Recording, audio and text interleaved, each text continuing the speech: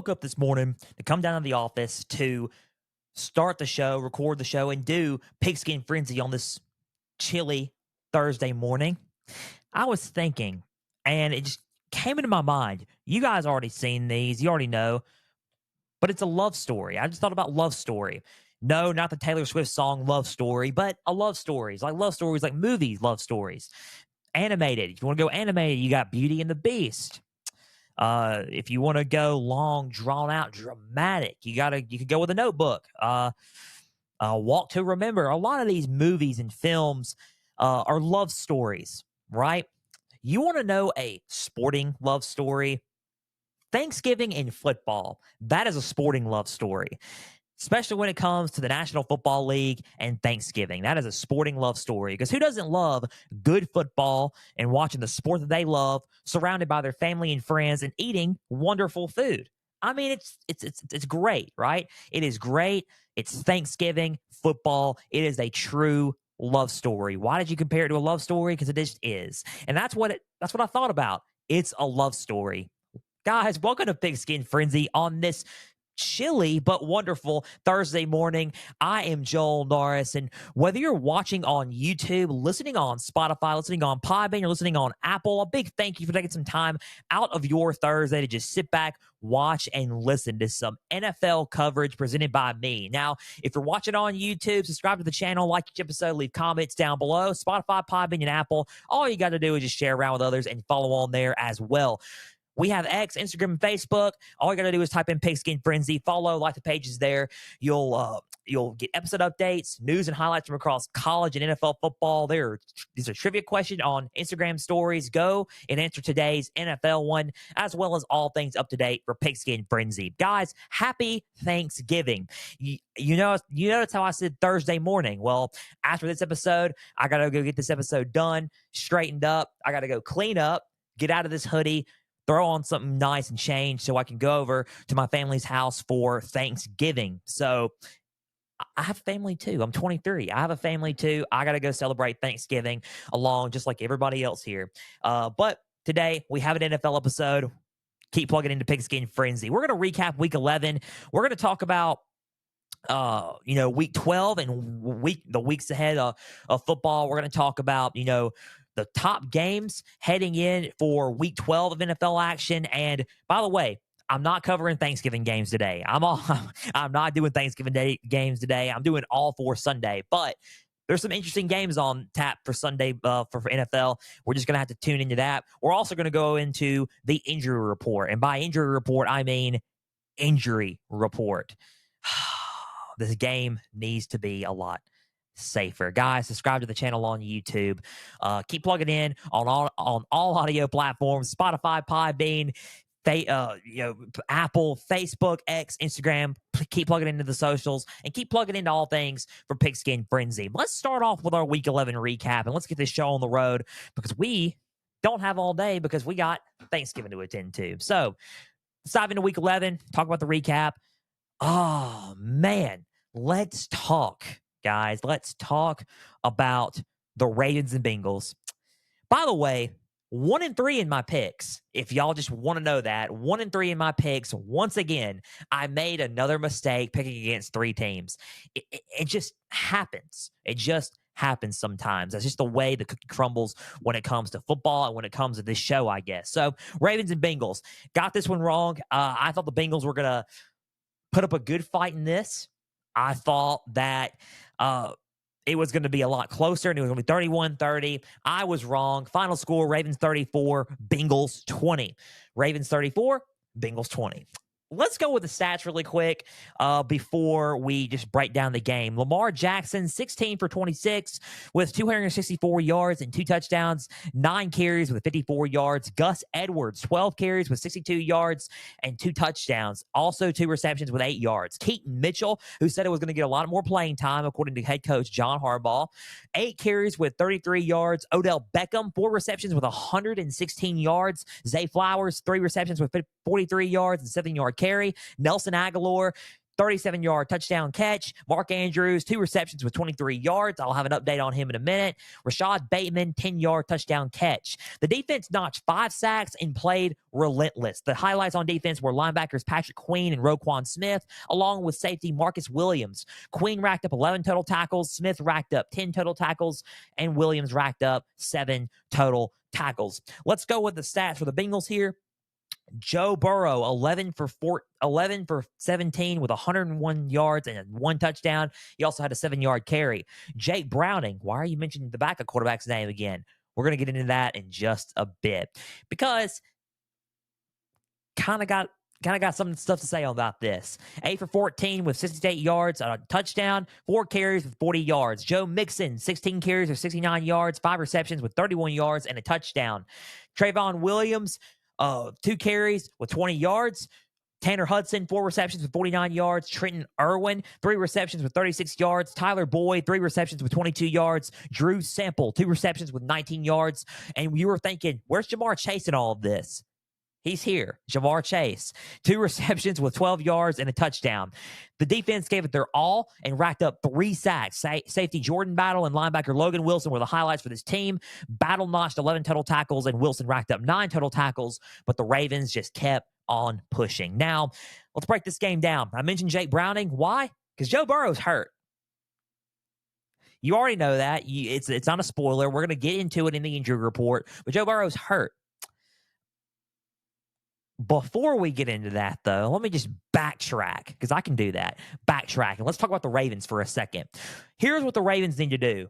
The Ravens are, if I'm mistaken, 10th in the NFL in total penalties. I think that's what kind of struck me. They had 9 penalties for 110 yards in this game. 9 penalties with 110 yards. That's what's wild. They're top 10 in penalties. They need to clean the penalties up. I fully agree with that. I think they need to clean the penalties up. But they look good scoring the ball. They look good moving the ball. Their rushing is absurd. They can run the ball well. And what do I mean by that? We're going to find that out when I preview and predict some of these games later on, because the Ravens and the Chargers are on there. The Ravens can run the ball well. They look good in the flow of the game. Defense looks salty. I think they look good running the ball. I think throwing the ball, even though Odell Beckham had 116 yards, I think passing the rock could be a little bit better. However, keyword however, with this win, it puts them at the top of the AFC. They're 8-3. Puts them on the top of the AFC currently. They are, if the playoffs were today, they would be a bye. They'd be the number 1 seed and have a bye. I said before the season started that the Ravens have the shot at being the number 1 team in this conference because of the players that they got. They got playmakers. They got playmakers on both sides of the ball, including special teams. But here's my whole thought, my honest thoughts. Dropping the ball, that's a key one. And penalties. Those are 2 keys that I got for the Ravens. Can they clean those up? I think they dropped the ball. They still drop some passes, and I think the penalties are what strike me the most. I think this game could have been a lot worse if the penalties weren't there. 9 penalties for 110 yards is a lot. That's a lot. You're 10th in the league in penalties, and I think that needs to be cleaned up. Now, the Ravens, that's my talk on the Ravens. Let's talk about the Bengals. Joe Burrow hurt. Guys, he's out for the season. You could hear a pin drop when everyone found that out. The Bengals faithful, hearts were just, they were grabbing onto their chest. He's out for the year. Out for the year with damaged ligaments and torn ligaments in his hand and his wrist. Expected to have surgery. I'll repeat that in the injury report segment because we got a lot to talk about on that one as well. He's out for the year. Jake Browning comes in, puts up 68 yards and a touchdown to Jamar Chase. He carries the ball 4 times with 40 yards. He did the best that he could. But here's my thing. I've been hearing a lot about this game and a lot of people saying, oh, he's injury prone. Joe Burrow hurt himself and tore his ACL. Yeah, he came back the next year and led him to a Super Bowl. He came back the next year and led him to another AFC title game. Guys, Yes, before the season started, he gets hurt, and I understand that he gets hurt. He's had calf issues during before the season even started in the training camp. He's had the ACL issues. Now he has the hand problems. Guys, it's not that he's injury prone. It's that he keeps getting sacked 5+ times a game. Okay? He keeps getting sacked 5+ times. Let's look at the stats of this game because I got more. Oh, trust me. Y'all think I'm done. I'm not done. I got the stats compared for the overall rushing yards, sack, everything. This leads into my conversation. The Ravens dominated the Bengals. And I'm not saying they just beat the Bengals. They dominated them in all aspects of the game. Ravens total yards, 405 compared to the Bengals, 272.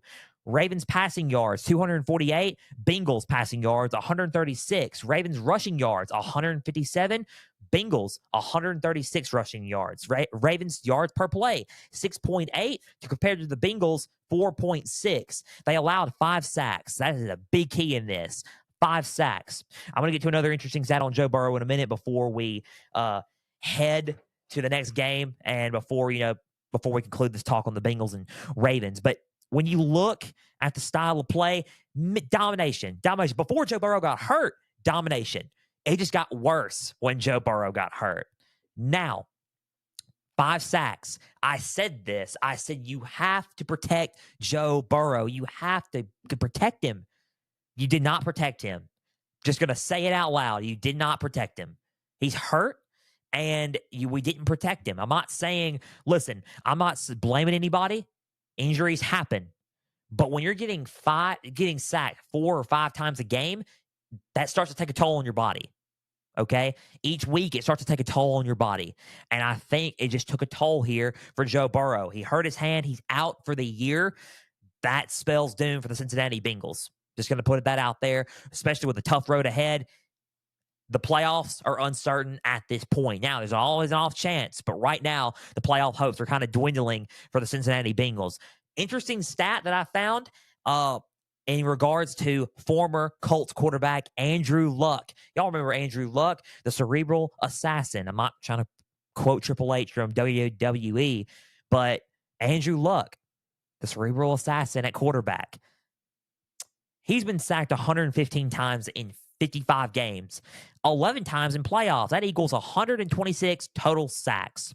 Joe Burrow has been sacked 148 times in 52 games, 29 times in the playoffs, and that equals 177 total sacks. He has to get better protection. Next season, we have to beef up the line if you're the Cincinnati Bengals. We got to protect Joe Burrow. Otherwise, what's this all for? You know what I mean? To win, there are certain areas that you need to win titles, and having a good line is pretty important in the NFL, and it's pretty important when it comes to protecting your quarterback because you already got the quarterback. Joe Burrow is the lethal weapon for the Cincinnati Bengals, but when healthy is when he's a lethal weapon. When he's not healthy, he's either A, out for the year like this, or B, he doesn't play as good when he's playing through an injury. You got to protect Joe Burrow. My thing is beef up the offensive line. That is my honest thoughts. Beef up the offensive line for the Cincinnati Bengals. I've been saying this, and I'm going to keep saying it until the drum has already been beat up enough. Keep protecting and build up that line.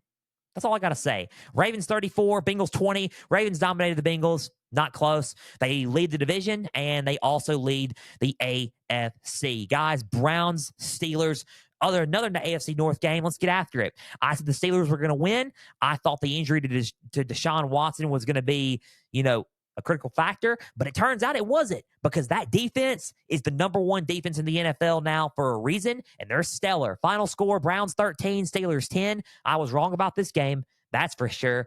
Dorian Thompson-Robinson, 24 for 43 with 165 yards and an interception, 3 carries for 20 yards. He was crying on the sidelines because he actually led them down the field to kick a game-winning field goal.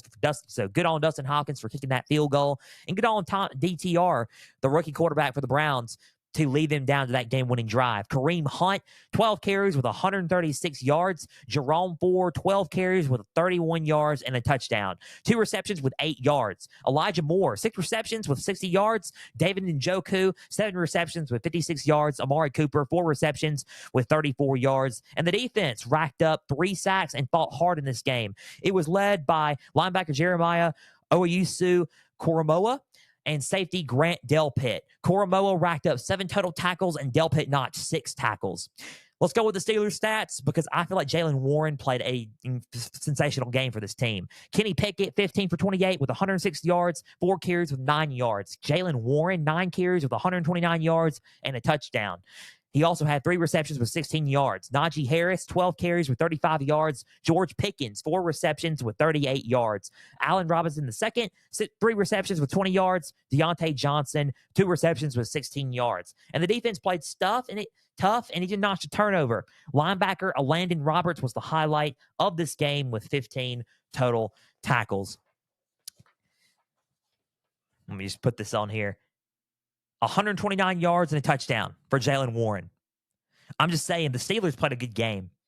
They played a really good game, but it wasn't enough. You know why? Because the Browns have a defense, and the Browns have a defense that has, solid in the middle, solid in the secondary, and they're solid up front. All around, that defense is lethal. They are nasty. They are a nasty defense. And going in there to play the Browns, they want it to be low scoring because they want that defense to win some ball games for them. And that defense has been winning ball games for them all year. That's why they're 7-3. If Deshaun Watson wasn't hurt, I feel like the game probably would have been a little bit, out of reach. I thought the Browns probably could have blown them out. I really do.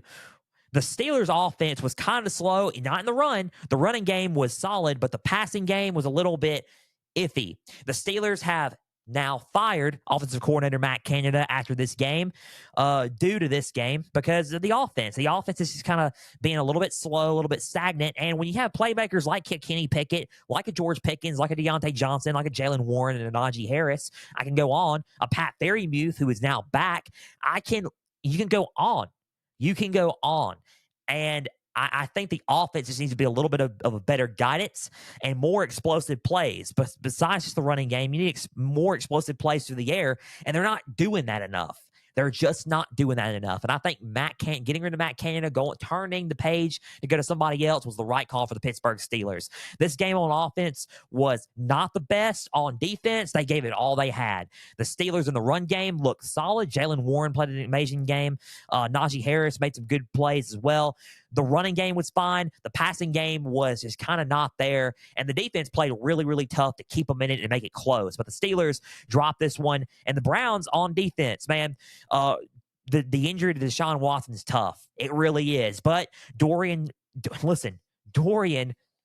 I mean, what he did was incredible. DTR and what he did was incredible. Dorian Thompson-Robinson, he was incredible. I mean, he had 165 yards. I mean, he had an interception, didn't throw a touchdown, didn't have any touchdowns, but throwing for 165 yards when coming off the bench and not playing much, pretty good, I think. I think it's pretty good, and I got to give him credit where credit's due. Led him down to a game-winning drive, and Dustin Hopkins kicked that field goal and nailed it. 13-10, y'all. That's all you got to say. That defense is nasty. First place in the league. They're playing the Broncos Sunday, and that's going to be an intriguing game because we're about to dive into that game as well. 13-10, Browns defeat the Steelers. Close game, and they're 7-3, y'all. Browns 7-3. Browns are a good football team. That defense, pretty salty. Pretty salty. Number 1 in the nation in the defensive side of things. Steelers just got to find their way in the explosive side of things on offense. Broncos and Vikings. 2 good stories, by the way. Broncos, after the trade deadline, where did this team come from? They're going into this game. They're 4-5. They are in it for the playoffs. Guys, they went from battling for the number 1 draft pick earlier on in the year to finding their way to get back to the playoffs. That's just great, right? That's a great story. And the story of Joshua Dobbs. Great story for the Vikings. got benched against the Cardinals. They ended up trading him at the deadline and coming in last minute.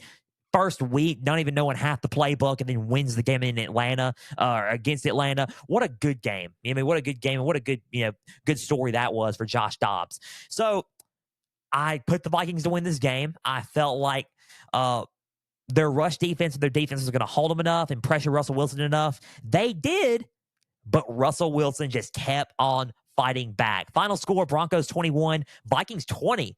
Home game for the Broncos and another home win for the Broncos. They're 5-5. They're keeping on winning. Sean Payton's got them ready. They are keeping on winning. They've beaten the Chiefs.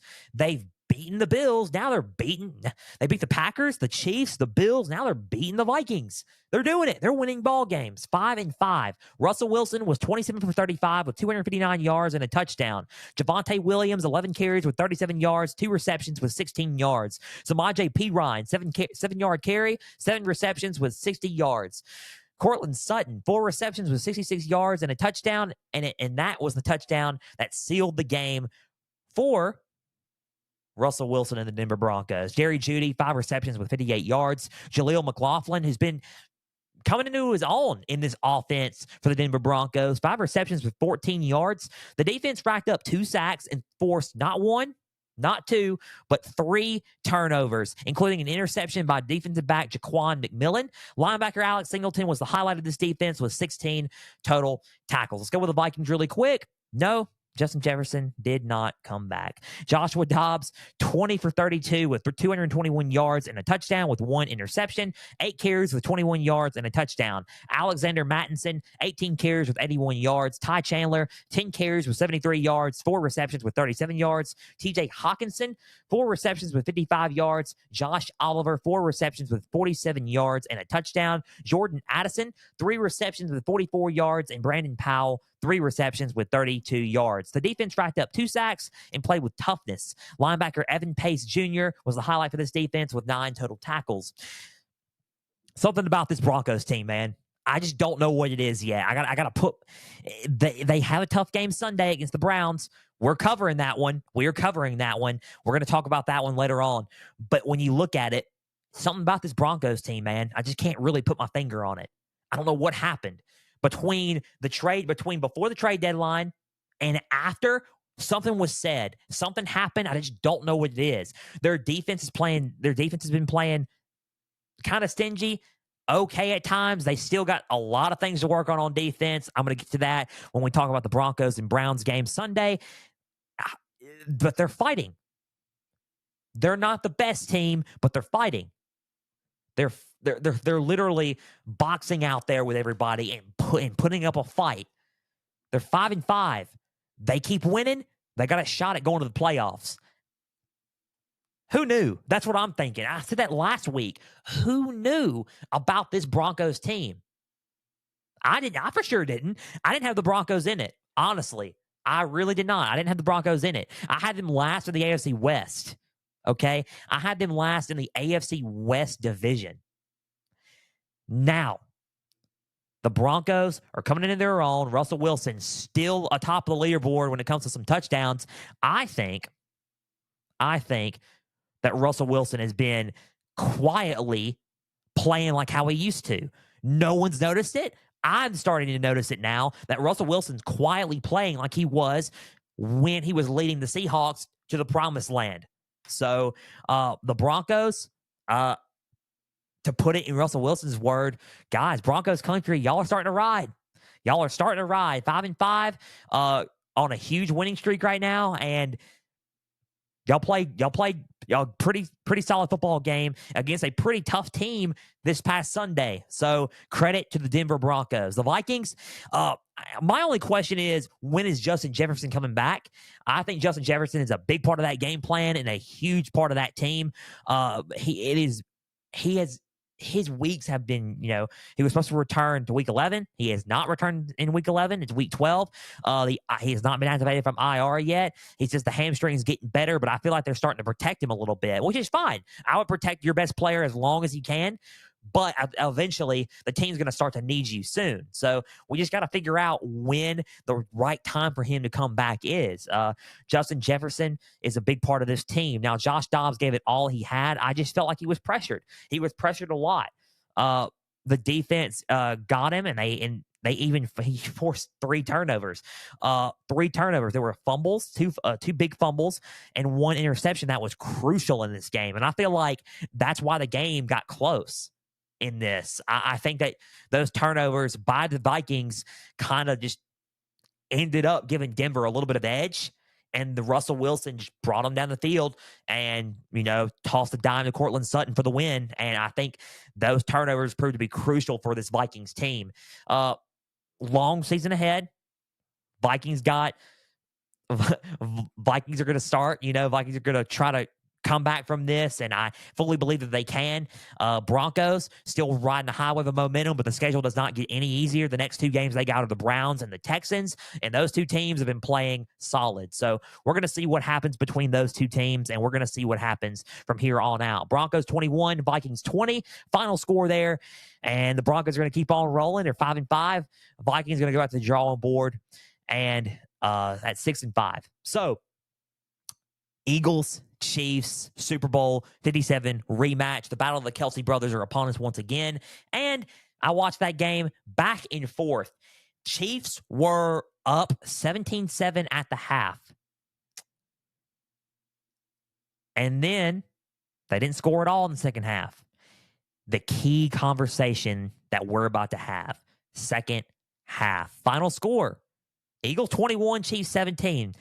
Eagles came back and won and got the W in the rematch. Jalen Hurts, 14 for 22, 150 yards with 1 interception, 12 carries with 29 yards and 2 touchdowns.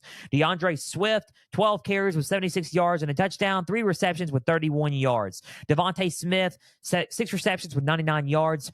A.J. Brown, 8-yard catch. The defense played really well and racked up 2 turnovers, and it was led by safety Kevin Byard, safety Reed Blankenship, and linebacker Zach Cunningham.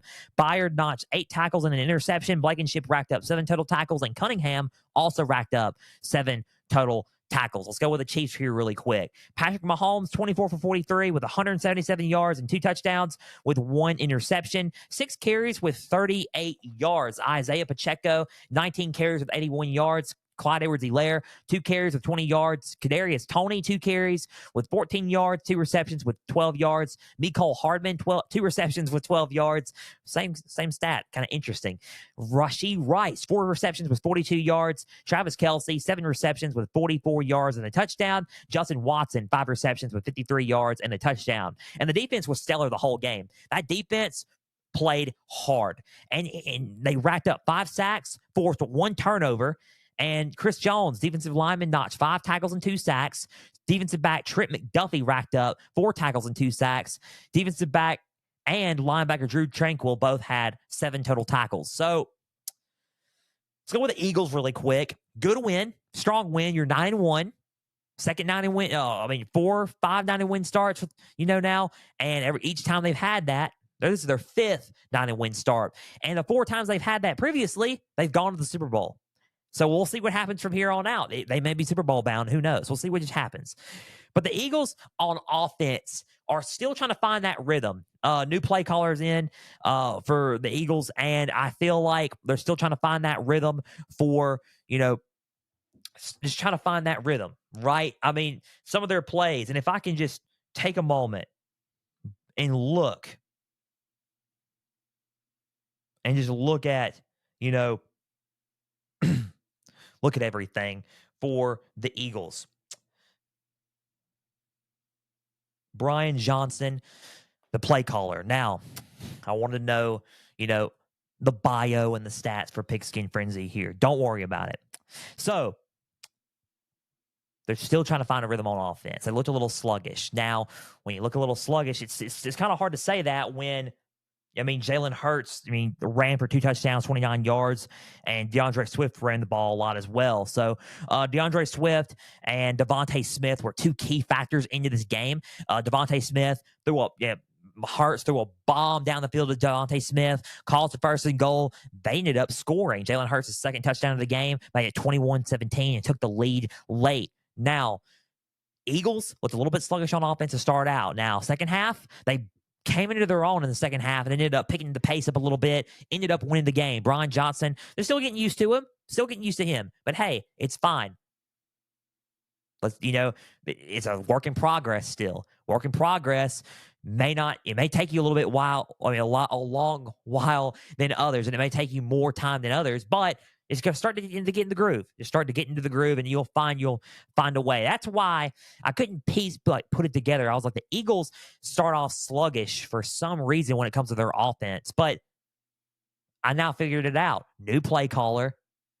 It's all there. Just take some time. So the Eagles, 9-1, 21-17. Let's talk about the Chiefs really quick. Chiefs, solid offense in the first half. I mean, first half, they're great, but they're non-existent in the second half. It's like you're looking and you quote Back to the Future and you knock on George McFly's head and Biff's there and going, "Hello, McFly, anybody home?" That's what I'm saying to the Kansas City Chiefs. Are y'all there? Hello? Because I don't see them. I don't see them in the second half. They're non-existent. What do I mean by that? Stat by Ari Mironov, and he is a great reporter. Ari Mironov, he posted this on X, and I thought it was a good stat to say on the show. So give credit to Ari Mironov. The Chiefs are averaging 5.3 points per game in the second half through 10 games. The rest of the NFL teams have more. However, they have not scored in the second half in a game since October 22nd. Real stat, by the way. Real stat. October 22nd. Week 8 versus the Broncos, 0 points. Week 9 versus the Dolphins, 0 points. And Week 11 versus the Eagles, 0 points. They haven't scored in the second half at all. Also, a big thing in this game for the Chiefs was drops. They dropped the ball a ton. They lead the league in most drops with 26. Prime example of a drop, Mahomes stepped back, dropped it down the field. He bombed the thing down the field. Roby was guarding Marquez Valdez-Scantling. Scantling had him beat for a touchdown to put him ahead to probably seal the game, could have. And he dropped it. He dropped it in the end zone, or close to the end zone, rather, and did not score. Close, and it was too frustrating. You got to catch those. The ball was money, and it was right there. 26 drops, and that leads the league in the NFL. That is tough right there, y'all. That is tough for anybody. You lead the league in 26 drops, and you're pretty much non-existent in the second half. That's going to be tough. You got to play 60 minutes of football. And can the Chiefs do that? That is the biggest question for the Chiefs. The two biggest questions: can they catch footballs, and can they play a complete football game? We have yet to see it through the first 10 games of the year, and especially throughout the month of October, heading into now November, we have yet to see it. 60 minutes. It is starting to be time now because, December will roll around, and that is the final month. So December, kind of like, in college, November is the month for college football. December is the month for NFL because the playoffs are that next month, technically next year. Haha, yeah, gotcha. But it is that, that is the NFL version. December is the NFL version of college in November, right? You got to play in November, and it's time. It's time to start playing and play 60 minutes. That is my advice. Just play. My take, please play 60 minutes. When they play 60 minutes of football, they're one of the best, if not the best team in the National Football League, hands down. Final score, 21-17. Eagles get the win. I was right on that pick. I said the Eagles were going to win. Close game, and the Eagles get the win over a Chiefs team that just needs to play 60 minutes of football. Now, let's go with the injury report. That was the Week 11 NFL recap. Let's go with the injury report really quick. Talk about that, and let's preview some of these ball games. There are too many injuries, ladies and gentlemen. There are too many injuries. And I'm going to pull up an injury because I did these notes on Tuesday, so I have to add a little bit more in, right? So, and let's just talk about this. So I'll pull up my socials here, got my notes here. Joe Burrow, you already know.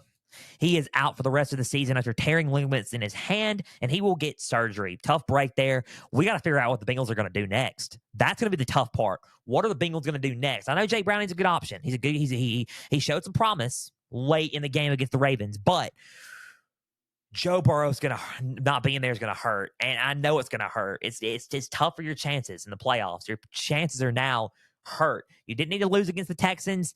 You didn't need to lose Joe Burrow in general, so that's going to be tough. Ravens tight end, and I said I was going to have an update on Mark Andrews. Ravens tight end Mark Andrews was going to catch the ball, and he caught the ball and going for a catch. He got caught, tackled, hip drop tackle, and he was down. It is looking like now, because it is a serious injury, according to head coach John Harbaugh, that Mark Andrews is now out for the remainder of the year, and you probably already saw this on my socials and in general when the game happened. But it's out for the remainder of the year after cracking his fibula and damaging his ankle ligaments. Now, while he was out, this is a new report, while he's out for now, head coach John Harbaugh said that there's an outside chance he might actually return after the MRI results were a little bit cleaner, and the injury might be a little less serious than we all thought, which is good news for Ravens fans and for Mark Andrews in general. He is being evaluated by team personnel and doctors, and so there is optimism, which is good. If there's an off chance that you can get him back, that is good. But here's the thing. For this injury, the Ravens have to go deep into the playoffs. I feel like for them to get him back, they have to, get him back. So you have to get him back. But not only that, you got to go deep into the playoffs. You got to make a deep run. And I feel like to get him back, you got to be there. You got to be in it necessarily. You got to be in the AFC Conference Championship or probably in the Super Bowl to get him back. So it's going to be tough, but I don't know. Mark Andrews right now is looking like he's out for the year. Chargers defensive end Joey Bosa is going to be on IR due to a foot sprain, and he will miss time. So he will miss at least 4 games due to a foot sprain. He injured it during the Packers. Man, that is tough to lose one of your best edge rushers. They have Khalil Mack, sure, but Joey Bosa makes a dynamic, threat to help out Khalil Mack on the edge. So Bills safety Taylor Lewis was involved in a scary hit Sunday versus the Jets. My apologies. Taylor Rapp. My fault. I put Lewis on there. I don't know why. Taylor Rapp. My apologies. Taylor Rapp was involved in a scary hit Sunday versus the Jets. He was locked into an ambulance and was ruled out for the rest of the game with a neck injury. Now, good news is this. All of his tests came back negative, and he has a shot to get cleared to play Sunday versus the Eagles. So good thing there for Taylor Rapp, and I'll be covering and reporting that game. So that is good for him. Now, Rams wide receiver Cooper Kupp has a low ankle sprain in his day-to-day. I do not have the latest updates on Cooper Kupp yet. I will sure post them on the socials and let you guys know what's happening with Cooper Kupp. Not good because he just come back, and I just felt like, man, tough break there. Seahawks quarterback Geno Smith is questionable versus the 49ers tonight due to his bicep injury he suffered against the Rams. At the same time, Seahawks running back Kenneth Walker is questionable versus the 49ers tonight due to his oblique injury he suffered versus the Rams. So 2 big losses there. Drew Lock came in, and he will get the nod if Geno Smith is unable to go. It is tough to lose not only him, but your running back Kenneth Walker because he provides a dynamic threat. Now, you're playing against a 49ers team tonight on Thanksgiving that is pretty deadly when they're healthy. And I feel like it's a team that you don't need to mess with when healthy. So how I look at it is you probably are hoping one of the 2 guys come back. I would assume you would want to get Geno Smith back. Geno Smith's been playing, not the best, but playing, good enough to try to get them victories and try to get them the win. And I think he's your best chance to win at this current time. And I feel like with the bicep, they've been resting it. So let's see what happens there as they've been resting it. Kenneth Walker with a oblique injury. Let's see what happens. And we're uncertain at this time, but we will keep up with some, updates as the day goes on here on Thanksgiving. Dolphins running back Devon Achane has re-aggravated the same injury, knee injury that put him on the IR in the first place. He wasn't required any surgery. It won't require any surgery, and he is day-to-day. He is not ruled out versus the Jets tomorrow on Black Friday just yet, so which is good, according to Mike McDaniel. We'll have more updates as the games against the Jets, comes, closer, during the day of, but I will keep you up to date with what's going on with Devon Achane as well. Another running back news, Packers running back Aaron Jones was carted off with a knee injury versus the Chargers. Tough break there. However, it appears that his knee injury is better than originally everyone expected, and hopefully it is not long-term, but it was on a long-term deal, according to head coach Matt LaFleur. The latest update now is that he is unlikely to play today in a couple of hours versus the Lions due to an MCL sprain. So he is most likely will be out versus the Detroit Lions today and against the Lions on Thanksgiving. So tough break there. And hopefully Aaron Jones comes back, as he is a good running back. And hopefully a lot of these guys are getting a speedy recovery happening there. So Seahawks safety Jarek Reed has torn his ACL, and he will be out for the rest of the year. And this is per ESPN NFL insider Adam Schefter. He was the rookie safety, led the league, and he was third in the league, third in the league in special team tackles. Tough break there. You lose one of your top special teams players, and he was a dynamic threat for the Seahawks there. He is out for the rest of the year after tearing his ACL. 49ers safety Talanoa Hufanga is out for the remainder of the season after tearing his ACL in Sunday's win over the Buccaneers. Tough break there. That is a safety that you don't really want to lose. They got some depth there, luckily, but it's still not Talanoa Hufanga. And I think Hufanga has been a solid threat in the secondary position for them, and losing him and losing that toughness and that physicality that he brings on the secondary area, it's tough losing him for the year. But they lost him for the year after tearing his ACL in Sunday's win over the Buccaneers. Now, finally, before we break down and look ahead to these games, Jets quarterback Aaron Rodgers has said that December 24th is his target date to make a miraculous return to the field after tearing his Achilles in Week 1 versus the Bills. He said that he wants to start practicing by December 1st, and the Jets seem to be in playoff contention in order for him to return. Now, here's my question. What surgery did he get? A, what surgery did he get? Or B, was the injury less serious than we thought? Because it takes usually a long time to come back from these injuries, and it's looking like right now he may be making a return come Christmas Eve and against the Commanders. And I don't know. I just don't. I don't know. I'm curious about it. I don't want him to rush into it and not re-aggravate it. But at the same time, it would be a miracle, a miraculous return, and to see him play. He's throwing the ball, and he's off crutches, and he's walking. He's moving, and he's running. He's doing some things that you normally wouldn't do with a torn Achilles right now.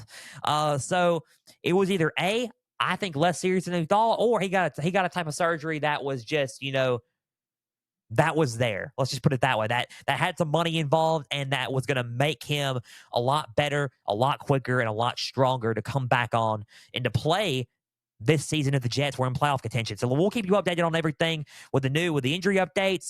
Thoughts and prayers go out to everybody on this list, and wishing him all a speedy recovery. And we'll keep you an eye on the Aaron Rodgers situation, because that is very interesting to me. Now, let's conclude today's episode of Pigskin Frenzy, because we have to have some Thanksgiving, guys. So week 12 previewing predictions with the games that I'm covering. Let's kick it off with game number 1, Jaguars at Texans. The last matchup was September 24th. The Texans won 37-17 in Jacksonville. They blew them out in Jacksonville.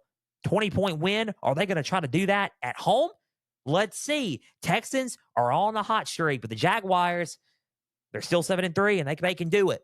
But here's the thing. We can go to the keys and talk about this and break this game down a little bit more, because what I found striking was the stats that I looked at and the rankings that I looked at.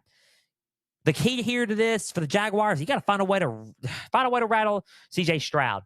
The Texans are second in passing offense in the NFL, and they score. Let me just put it that way. They move the ball down the field. CJ Stroud has been putting up numbers.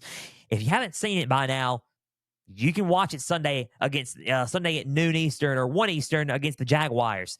He's been throwing the ball lights out. He's been putting up near 300 to 400 yards per game as a rookie, and he has been leading this team to victories. To victories, not just, okay, yeah, he played a good game, but they lost a close one. No, he's been leading this team to victories. They're winning, and it's first year. D'Amico Ryan's head coach, first-year head coach coming from the 49ers, and CJ Stroud, their rookie quarterback, and they're leading them. They're winning games, and he's on a roll. He is one of the best players in the NFL right now, and he's a rookie. In line for rookie of the year on offense, and could be in line for MVP if he keeps playing the way he's playing. You got to find a way to stop CJ Stroud. He's rolling, and he's not stopping right now, so you got to find a way to do it. Here's what strikes me in that, though. The Jaguars are 30th in passing defense in the NFL.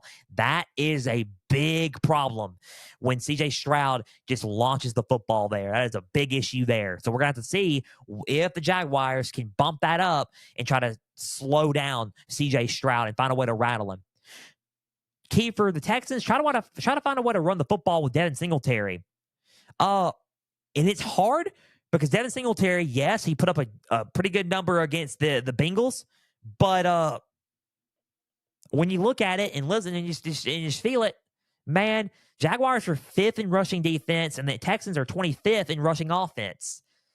That's tough. That's going to be tough to try to run the football on because the passing is going to settle itself. If you find a way to break it out and run the ball and run the rock, I got full confidence in that you can probably win this game. If the Jaguars can find a way to slow down the pass, they have a way of neutralizing and relying on that rushing defense, and they get the Texans. They can get them. But if they pass the ball well, the Texans do, and they try to find a way to run the ball on a top 5 rushing defense in the league, it's going to pose problems for the Jacksonville Jaguars. Who wins this ball game? Jaguars or Texans? Close game. The Jaguars are 7-3. They played a good game against, they played a good game last week. They beat the Titans. Who do I have? Who do I have winning this?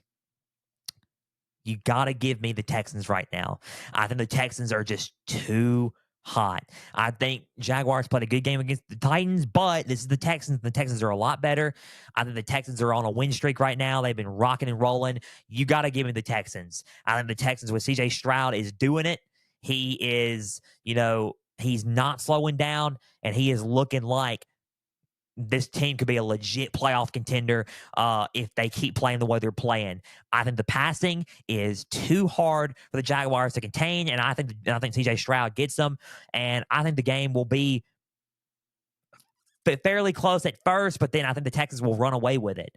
I do believe in the Jaguars. I like the Jaguars a lot, but I got my money on the Texans right now because I think the Texans are just too white hot right now.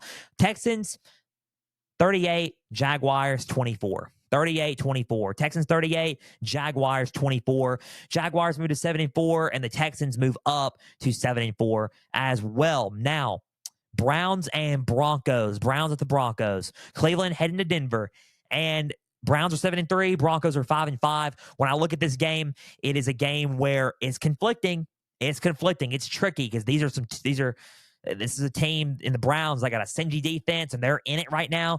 The Broncos are riding the high wave of momentum, and something's got to give here. So here's my deal. For the Browns, you got to establish the run game with Kareem Hunt and Jerome Ford. And why do I mention that? Well, the Browns are second in rushing offense, and they have 2 backup running backs behind Nick Chubb because Nick Chubb is not there. With Nick Chubb there, it was a dominating presence. Running the football, they are holding their own, and they are a second rushing offense in the league. They are running the rock as well as anybody here. And first, the Ravens, and we're going to get to the Ravens here in a minute. So the second is Browns. Now, When you look at the Broncos on trying to stop the run, they are dead last in the league at rushing defense. And I think that's what strikes me a little bit the most. And I think that is a key that I'm kind of concerned about, because I think the Browns will run the football. I think the Browns are going to figure out a way to dash and get their way and try to deplete that defense, that rushing defense. And I just don't know if they're going to have the right answer for them when it comes to running the football. Now, when it comes to stopping the run. Now, for the Broncos, you got to have a perfect offensive game plan against this defense and try to match their physicality up front. You got to find a way to give them new looks and find a way to confuse them a little bit to try to move the ball down the field, because this defense is tough. This defense is very tough. You got to match that physicality up front, man. You have to. I think on the line is important in this game, because this Cleveland Browns defensive line can get you.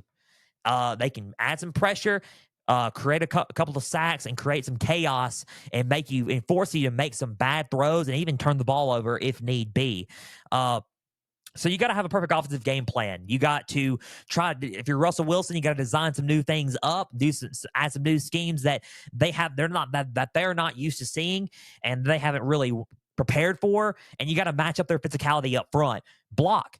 When you're trying to run the ball and you're trying to throw the ball, anything, block and protect with a strong Browns defense. So who do I have winning this ball game? Close game. I think it's gonna be a lot closer than advertised. But I think right now, I think the Browns have a solid defense. But the way that everything's going right now, I got to give the game to the Broncos. And you're thinking, what? You just hyped them up dead last in the NFL rushing defense. I'm going to go for the upset here. I'm going to go for the upset at home.